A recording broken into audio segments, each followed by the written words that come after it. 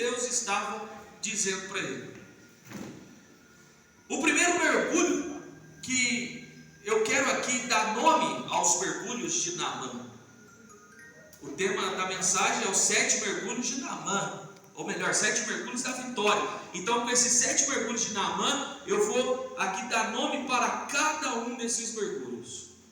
Então, para você que quer receber a vitória, você que quer obter a sua vitória, quem quer ter a vitória de Deus aqui nessa noite? Amém. Você quer mesmo, irmão? Amém. Você quer mesmo ter vitória nessa noite? Amém.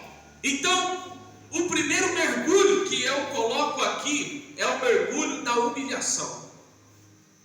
Para nós termos vitória, é necessário, primeiro passo, o primeiro mergulho, é o mergulho da humilhação. Mergulho da humilhação. Esse mergulho é indispensável para alguém que quer obter vitória de Deus. A palavra humilhação, ela vem de um verbo do grego que eu acho muito interessante essa expressão do humilhar do grego, que é domos. E domo significa esterco, ou colocar-se debaixo. Então, toda vez que se fala humilhar, do verbo grego, está falando de algo que coloca embaixo. A palavra esterco tem muito a ver, porque era exatamente como o esterco colocava embaixo da terra. Por isso que vem a palavra humilhar, dumos, humilhação. Então, quando a gente fala, por isso que o Paulo falou, né? Na sua defesa, falando de todo o seu estudo, de toda a ciência, ele fala dos seus estudos, né? Ele fala que ele era um homem perito nas letras, um homem muito estudioso, mas no final ele fala, tudo isso eu considero como esterco. A palavra esterco que ele fala é exatamente essa, dumos. Então ele está dizendo, tudo que eu tenho, tudo isso aí, eu considero isso, na verdade, como algo que me faz ser mais humilhado ainda. Então, não tem homem e nem mulher de Deus que receberá vitória sem antes de humilhar. Irmãos, Deus, antes de abençoar você, Deus vai humilhar você. Diga isso para alguém. Você sabia disso? Você sabia disso? Pastor, Deus vai me humilhar? Sim. Por quê? Porque quando Deus está nesse processo da humilhação, Deus, na verdade, Ele está quebrando a nossa natureza da ostentação, a nossa natureza da razão, a nossa natureza da grandeza. O homem nasceu para ser grande. Você quer ver? Você já viu criança humilde? Se você falar que criança é humilde, é porque você não viu ele brincando com os amiguinhos dele. Se você falar, não, mas a criança ela é humilde. Ah, humilde. Vem lá na creche. Vê se a professora fala que ela é humilde. Ah, mas essa criança é humilde. É. Pega o brinquedo dela então. Pega o brinquedo dessa criança para ver o que ele vai fazer. Ele vai bater na outra criança. Não é assim? Pastor, porque a criança, o homem nasce para ser grande. Ou seja, o homem já nasce para poder entender. Quando eu falo homem, refiro mulher também. Ele já nasce para dominar o espaço.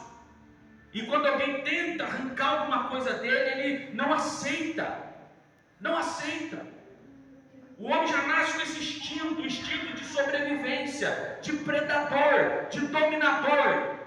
Então, quando Deus ele permite a humilhação na nossa vida, é não para poder fazer com que a gente viva como uma pessoa sem dono. Não, Ele faz isso só para quebrar a nossa natureza de grandeza e fazer com que nós dependemos inteiramente dEle. Quando Deus começa a nos colocar no processo da humilhação, sabe o que Ele quer? Ele quer que haja dependência de você nele. Ele quer que você dependa dele.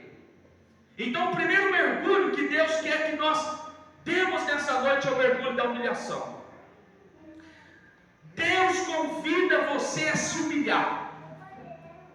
Nós não queremos ser humilhados, irmãos. Há um ditado no mundo que diz: eu não aceito desaforo para casa. Eu não levo, né? Eu não levo desaforo para casa. Há um ditado assim no mundo: eu não levo desaforo para casa.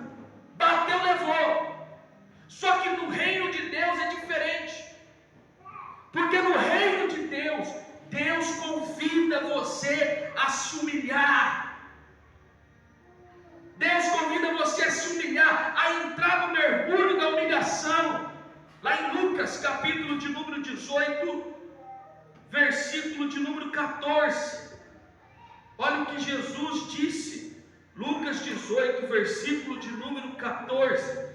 Ele disse assim: digo-vos, porém, olha o que ele está dizendo: digo-vos, porém, que este desceu justificado para a sua casa. Este quem? Aquele que se humilhou. Aí Jesus fala: e não aquele. Quem é esse aquele? Aquele que exaltou, aquele que demonstrou espírito de grandeza. Esse não, mas foi aquele que se humilhou. Aí Jesus fala: porque qualquer que a si mesmo se exaltar, será humilhado. Aquele que se exaltar, será humilhado. Mas ele fala: mas aquele que se a si mesmo se humilhar, será exaltado. Diga glória a Deus. Aí, aqui tem uma diferença. Ó, isso que eu vou te falar agora, talvez você sempre ouviu errado ou acreditou errado. Às vezes tem pessoas que estão sendo humilhadas e falam assim: você vai ver só, humilhado vai ser exaltado. Você está me humilhando agora, mas você vai ver só, Deus vai me exaltar. Quem já ouviu essas coisas assim? Mas não é isso que Jesus está falando. O texto fala assim, ó, se alguém te humilhar, você vai ser exaltado. Não foi isso que Jesus falou. Jesus falou: aquele que a si mesmo se humilhar. Então não é alguém me humilhando, sou eu mesmo me humilhando.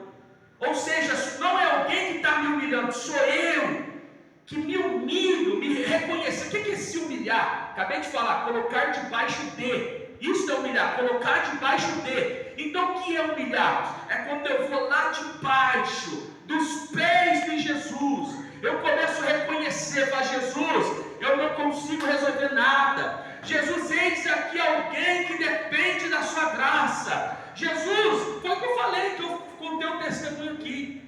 Quando olhei aquele valor, eu falei: Jesus, eu não consigo resolver nada, o valor é alto, eu dependo de Ti. Se o Senhor falar, se o Senhor der sinal, aí sim, aí, irmão, isso é se humilhar. É quando você reconhece que não pode, mas Deus pode na sua vida. É quando você reconhece que não consegue, mas Deus consegue para a sua vida. É quando você reconhece que não vai, mas Deus olha e diz: mas você vai, porque eu estou do seu lado. Reconhecer. Você quer vitória nessa noite? Primeiro passo: mergulha no mergulho da humilhação. Mergulha hoje no rio da humilhação. Entra hoje na humilhação e fala: Senhor, tem misericórdia de mim, porque você vai ver a mão de Deus na sua vida. Quando você se humilhar, você verá a grandeza do poder de Deus agindo no seu coração. Agora, enquanto você acha que consegue, você vai. Enquanto você acha que dá conta, enquanto você olha e fala: não, eu dou conta, eu consigo, e você começa a bater nas portas alheias, você não terá vitória. Mas se você parar com tudo que está fazendo e começar a se humilhar hoje perante Deus, você vai ter a resposta de Deus na sua vida, no nome do Senhor Jesus, nessa noite. Lá em Tiago, capítulo de número 4, verso 10. Sabe o que está escrito? Tiago, capítulo 4, verso 10. Está escrito: humilhai-vos na presença do Senhor. E Ele quem? O Senhor. Humilhai-vos presença do Senhor, e Ele, o Senhor, te exaltará. Aleluia! E sabe o que é exaltar? Exaltar significa colocar acima. Olha só a palavra, exaltar, colocar acima, humilhar, colocar-se debaixo.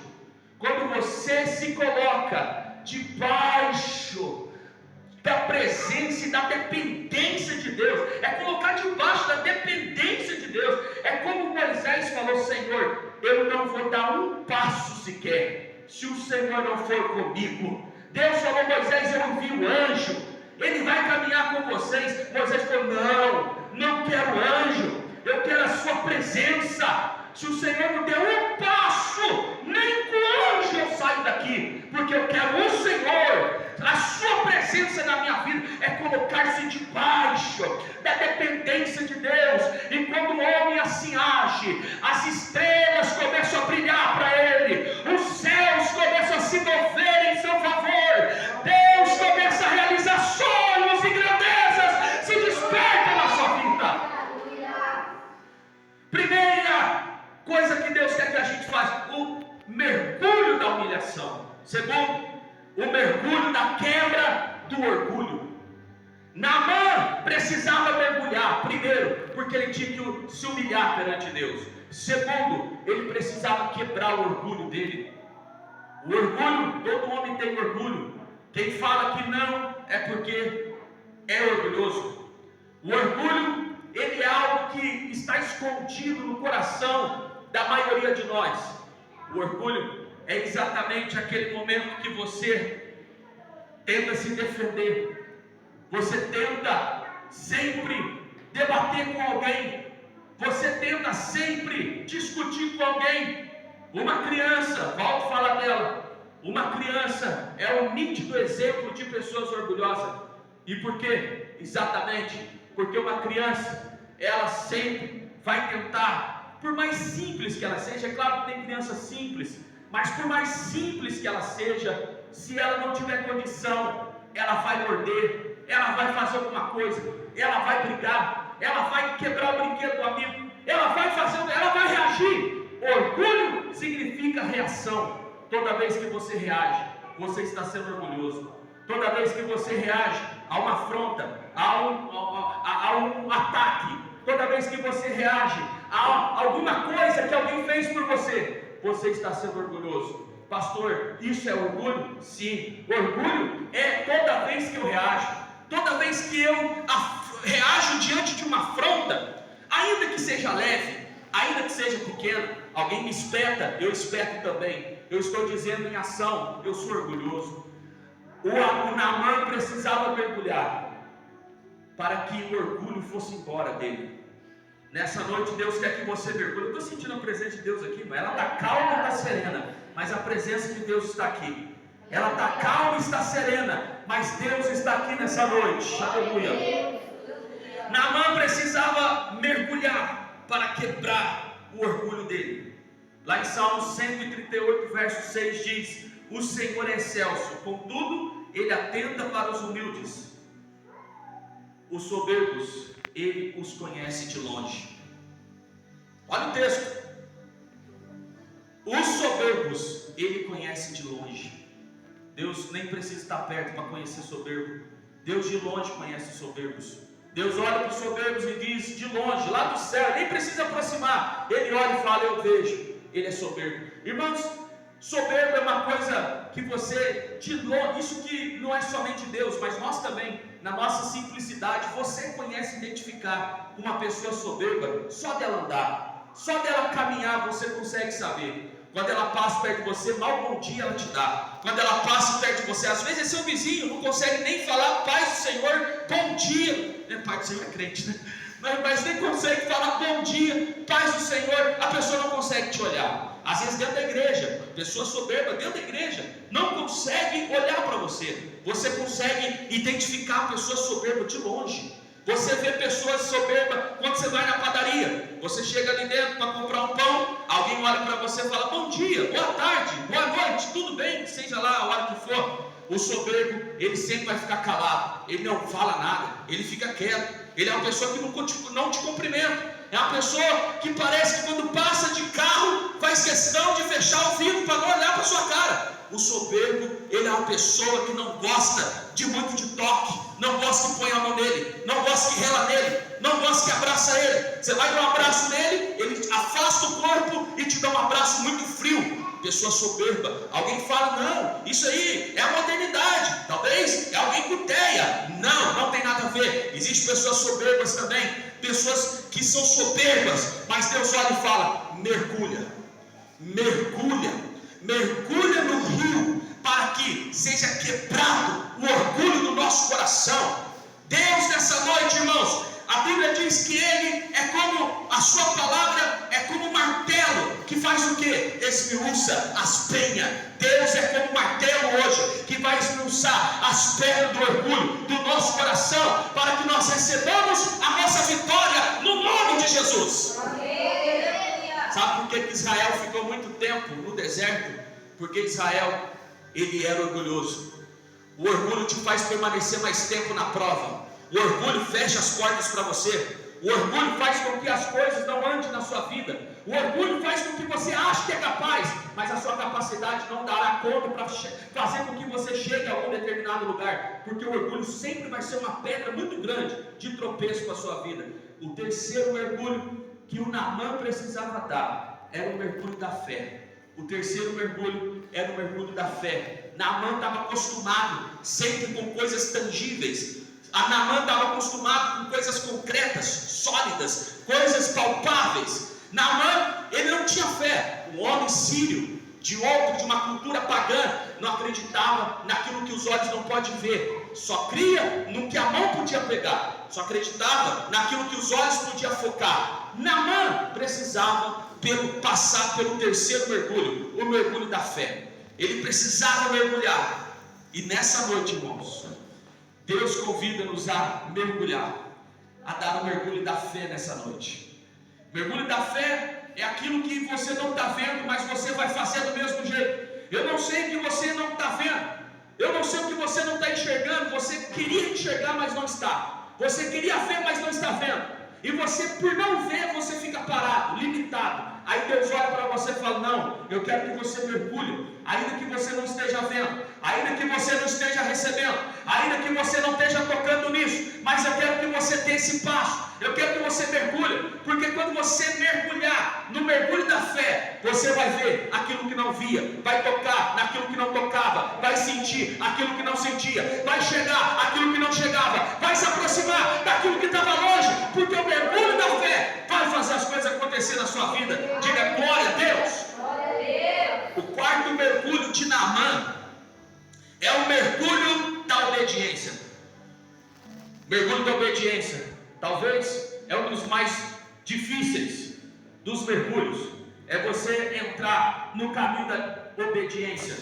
Muitas vezes nós achamos que é por muito falar, outros acham que é pelo sacrifício, mas a grande verdade é que o texto bíblico diz, Samuel 15, 22, que é melhor, Deus está falando, é melhor obedecer do que sacrificar. O que isso quer dizer? A obediência é muito maior do que as ações. Tem pessoas que fazem muita coisa, mas não obedecem, então não adianta nada. Um filho, por exemplo, que ele faz de tudo para o seu pai, faz de tudo para a sua mãe, mas na hora H, ele sempre não obedece. Imagina, às vezes até um membro de igreja, que faz de tudo para a igreja, que está sempre junto, está participando de todos os conjuntos, todas as atividades da igreja, está vindo sempre na igreja, mas sempre na hora de obedecer, ele não obedece, não adianta nada. A Bíblia diz, a Bíblia diz, é melhor obedecer do que sacrificar. A obediência vai levar você para dentro da projeção de Deus na sua vida. A obediência vai levar você para dentro das portas grandes que Deus abrirá na sua vida. A obediência vai fazer com que os anjos de Deus trabalhem ao seu favor. A obediência vai fazer com que demônios sejam amarrados em sua falta e os caminhos ficam livres para você passar. A obediência vai fazer com que as mãos de Deus se movimentem e com que os céus recebam a ordem dele e a sua vitória chegará na palma da tua mão. A obediência vai te levar em resultados grandes na sua vida. obedeça. O caminho é esse. Naamã precisava dar o quarto mergulho, o mergulho da obediência. A obediência iria abrir as portas para Naamã. Sabe o que vai abrir as portas para a sua vida? Sabe o que vai fazer com que você entenda o caminho de Deus? É quando você obedecer a Ele. É quando realmente a obediência estiver acima de tudo na sua vida. É quando você agir como José. José, que tinha todas as oportunidades, daquele momento a cá, ele poder dar liberdade ao seu coração e cair naquela tentação, naquela grande trama da sua vida. Talvez, como um jovem, ele pensou: poxa, se eu entrar por esse caminho, eu vou ser o favorito dessa princesa, eu vou ser o melhor dos escravos, eu vou ser um príncipe, mas sendo escravo. Pois é, mas ao mesmo tempo, no coração dele, alguma coisa que estava amarrado dentro dele diz para ele: olha, é melhor você obedecer, é melhor você ir para o calabouço e obediente, do que você sentar na cadeira desta mulher mais desobediente. Irmãos, a desobediência te levará à queda, mas a obediência vai levar você ao pódio, à vitória. A obediência vai te dar um troféu, a obediência vai te dar medalha de ouro, a obediência vai fazer com que Deus trabalhe em favor da sua vida. A Bíblia diz, Davi falando: eu já fui moço, agora eu sou velho, isto é, eu já tenho cabelo branco, eu já sou alguém com rugas no rosto, eu sou alguém que estou com as mãos tremendo, eu sou alguém que já tem a idade de mais de 70 anos. Aí ele diz: eu já fui jovem, mas agora eu sou velho, estou tremendo, enrugado. Mas tem uma coisa: eu nunca vi Deus desamparar o justo, eu nunca vi Deus desamparar alguém que obedeceu em sua vida. Deus não vai desamparar você quando você pega o caminho da obediência. Diga glória a Deus, irmão. O quinto mergulho é o mergulho da restauração. Diga comigo: o mergulho da restauração. Mergulho da restauração. O quinto mergulho da vitória. O que é vitória? Amém. Então veja bem, para você ter vitória, você tem que humilhar. Para você ter vitória, você tem que quebrar o seu orgulho. Você tem que ter fé. Você tem que obedecer. E agora você precisa de restauração. Deus nunca dará vitória para vasos quebrados. Vasos quebrados nunca receberão vitória. Deus nunca colocará flores dentro de vasos quebrados. Aliás, uma dona de casa nunca vai dentro de uma loja e vai comprar um vaso cujo esteja quebrado. Qual mulher que já comprou vaso quebrado? Qual irmã que já falou: nossa, que vaso lindo, mas está quebrado, vou levar do mesmo jeito para casa? Não, as irmãs não fazem isso. Quando você vai comprar um vaso, você vê se ele tem trinca, você vê se ele está quebrado, você analisa ele. Nós nunca vamos colocar coisas boas dentro de vaso quebrado. Deus nunca vai dar vitória para vaso quebrado. Deus primeiro precisa restaurar. Deus primeiro precisa restaurar os vasos, para depois colocar a vitória dentro deles. Aleluia! Talvez você diga: Senhor, cadê minha vitória? E Deus de outro lado fala: eu quero restaurar você primeiro. Eu preciso restaurar a sua vida, preciso restaurar o seu caráter, eu preciso restaurar a sua obediência, eu preciso restaurar o seu espírito, eu preciso restaurar o seu coração, eu preciso restaurar a sua emoção, eu preciso restaurar a sua piedade. E quando eu restaurar você, você vai ter a sua vitória. Deus não coloca vitória na palma da mão de vaso quebrado. Primeiro, irmãos, Deus restaura o vaso, para depois encher o vaso. É por isso que você vê muitas vezes pessoas capengando na fé, pessoas que não conseguem ter firmeza, pessoas que parece que quando está no ápice de receber a vitória delas, elas desistem. E você fala: por que essa pessoa sempre desiste? Caminha um pouco, anda uns 200 metros, para 100 metros, anda mais um pouco, para mais um pouco, e parece que não tem constância, nunca chega na vitória, nunca recebe aquilo que Deus tem preparado para ela. E eu fico triste com isso, porque talvez muitas dessas pessoas vão morrer. Muitas dessas pessoas, quando a morte chegar para elas, elas vão morrer e vão olhar para trás e vão ver que não fizeram aquilo que Deus queria que elas fizessem. Eu tenho amigos que na época eu converteram comigo, pessoas que eram uma bênção, pessoas que eram projeções de Deus, mas hoje estão paradas, estão no meio do caminho, pessoas que andavam e paravam,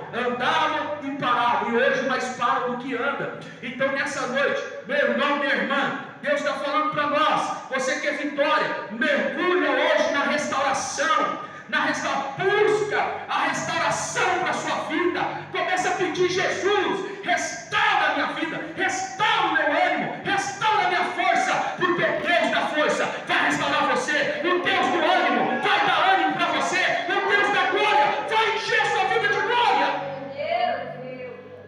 Se tem uma casa que o diabo habita, é a casa chamada coração vazio. Se tem uma casa que o diabo habita, é uma casa chamada vida vazia. Irmão, pessoas vazias, o diabo mora ali, o diabo habita ali. Mas em nome do Senhor Jesus, eu creio que se você está aqui, é porque Deus está olhando para a sua vida e está dizendo: eu quero encher você, quero colocar minha graça em você, e você vai caminhar. Aleluia, diga glória a Deus. O sexto mergulho é o mergulho da gratidão, o mergulho da vitória, gratidão. Você precisa ser grato, mais grato. Nós precisamos ser um pouquinho mais grato. A ingratidão faz a gente apagar o início de todas as coisas. Por exemplo, a ingratidão não faz a gente lembrar como foi difícil a gente hoje estar aqui.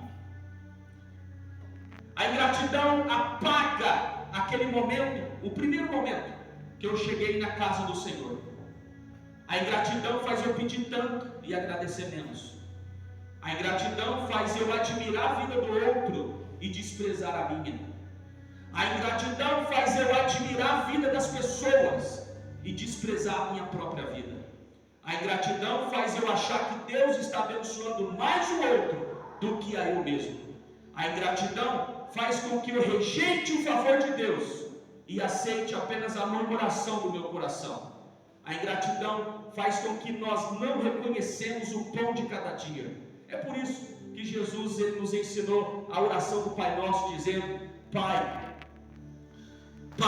nosso que está no céu, seja feita a tua vontade, assim como é feito na terra, como é feito no céu, seja feito na terra. E o pão nosso de cada dia o Senhor nos dá hoje. O pão nosso de cada dia o Senhor nos dá hoje. Na verdade, essa oração, o pão nosso de cada dia que o Senhor nos dá hoje, é uma oração que era feita pelos judeus na sexta-feira. Todo judeu orava sexta-feira essa oração. Por quê? Porque sexta-feira os judeus eles não podiam sair para pegar o pão. Eles não podiam para sair para poder colher. Então eles oravam assim: Senhor, o pão de amanhã, que o Senhor, o pão de cada dia, ou seja, o pão de amanhã, nos dá hoje, nos dá agora.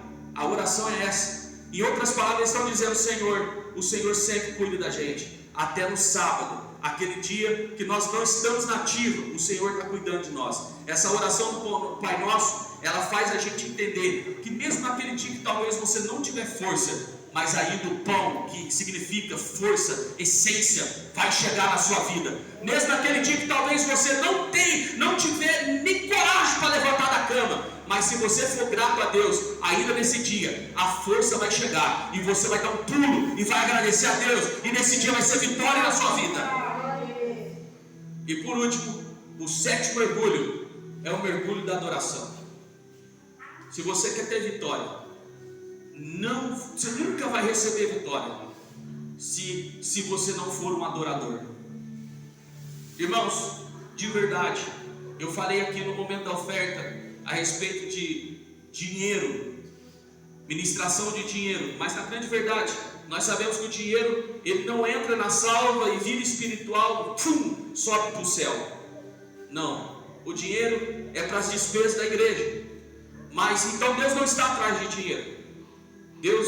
Ele não está atrás de pessoas empresárias, de pessoas grandes, de pessoas poderosas. Não, Deus não está atrás disso.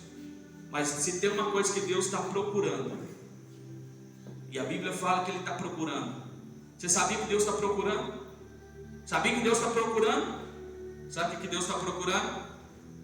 Deus está procurando verdadeiros adoradores. O sétimo mergulho é o mergulho da adoração. Se você não for adorador, se você não adorar, você nunca vai receber sua vitória. Pastor, como é que eu recebo a minha vitória? Sendo adorador. Jesus procura verdadeiros adoradores, que o adoram o Pai em espírito e em verdade. Pessoas que realmente estão dispostas a adorá-lo. Pastor, mas eu já cantei hoje, eu já louvei, glória a Deus por isso. Mas a adoração que Deus está procurando não é apenas o cantar, não é apenas o glória a Deus e aleluia, não. A adoração é aquela atitude, aquela ação que nós colocamos Deus sempre em primeiro lugar na nossa vida. Isso é adoração. É quando Deus é o primeiro lugar na sua vida. É quando Deus é o centro da sua vida. É quando Deus, antes de você pensar em qualquer coisa, você pensa nele. Antes de você tomar qualquer decisão, você pensa nele. Isso é ser adorador. E Deus está procurando essas pessoas. Se Deus encontrar dois aqui, o primeiro sou eu. Quem é o segundo? Amém. Agora pegou, né, irmão? Glória a Deus. Amém? Então vamos colocar em pé. Nós vamos estar encerrando. Guarde essa palavra no seu coração. 7 mergulhos da vitória. Talvez você já esqueceu, né? Quais são os 7? Mas eu vou recapitular. O primeiro mergulho, humilhação. Leva essa palavra à sua casa. Humilhação. Eu tenho que me humilhar. O segundo, quebrar o orgulho. Quebrar o orgulho. Deus conhece o soberbo de longe. Quebra o seu orgulho. Terceiro, fé. Mergulha na fé. Tenha fé. Um pouquinho mais de fé, irmão. Um pouquinho mais de fé. Talvez se você não tenha fé, tem um pregador uma vez, eu gostei, falou assim: talvez se você não tem fé para orar por uma pessoa que está com câncer, e o câncer embora, ora por uma pessoa que está com dor de cabeça. Comece devagar. Talvez você fale: nossa, eu não tenho coragem de orar por aquela pessoa. Então expulse uma dor de cabeça. Comece devagarzinho.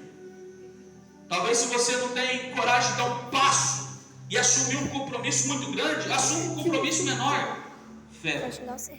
Quarto, obediência. Mergulho da obediência. O quinto? O mergulho? Tá vendo? Não esqueceram já, né? Até eu esqueci. Pega todos os mergulhos. Guarda eles no seu coração. Amém?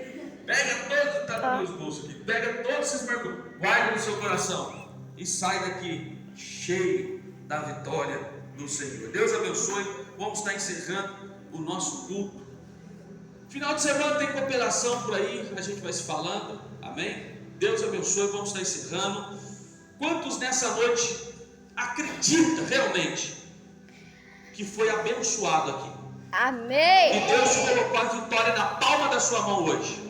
Amém. Então quero que você estenda agora. Vamos usar um pouquinho da fé, entrar no mergulho da fé. Estenda suas mãos. Feche seus olhos agora. Jesus, coloque na palma da mão do seu filho, da sua filha agora, aquilo que ela veio buscar. Eu fiz uma pergunta no começo do culto. E a pergunta que eu fiz porque o Senhor colocou no meu coração. Foi: quem veio buscar aqui? E a maioria dos irmãos disseram: amém, eu vim buscar. E agora eles estão com essas mãos abertas. Já receberam a sua palavra. Mas agora, Senhor, tem algo que eles precisam receber. Entregue para eles agora, no nome de Jesus. Que essa semana seja uma semana de testemunho. Seja uma semana de vitória. No nome do Senhor Jesus. Diga graças a Deus. Graças a Deus. Que a graça do nosso Senhor Jesus, o grande amor de Deus nosso Pai, e a comunhão e consolação do Espírito Santo seja com todos agora e sempre. Todos digam amém, amém e amém. Cumprimento o seu irmão com a paz do Senhor. Deus abençoe em nome de Jesus.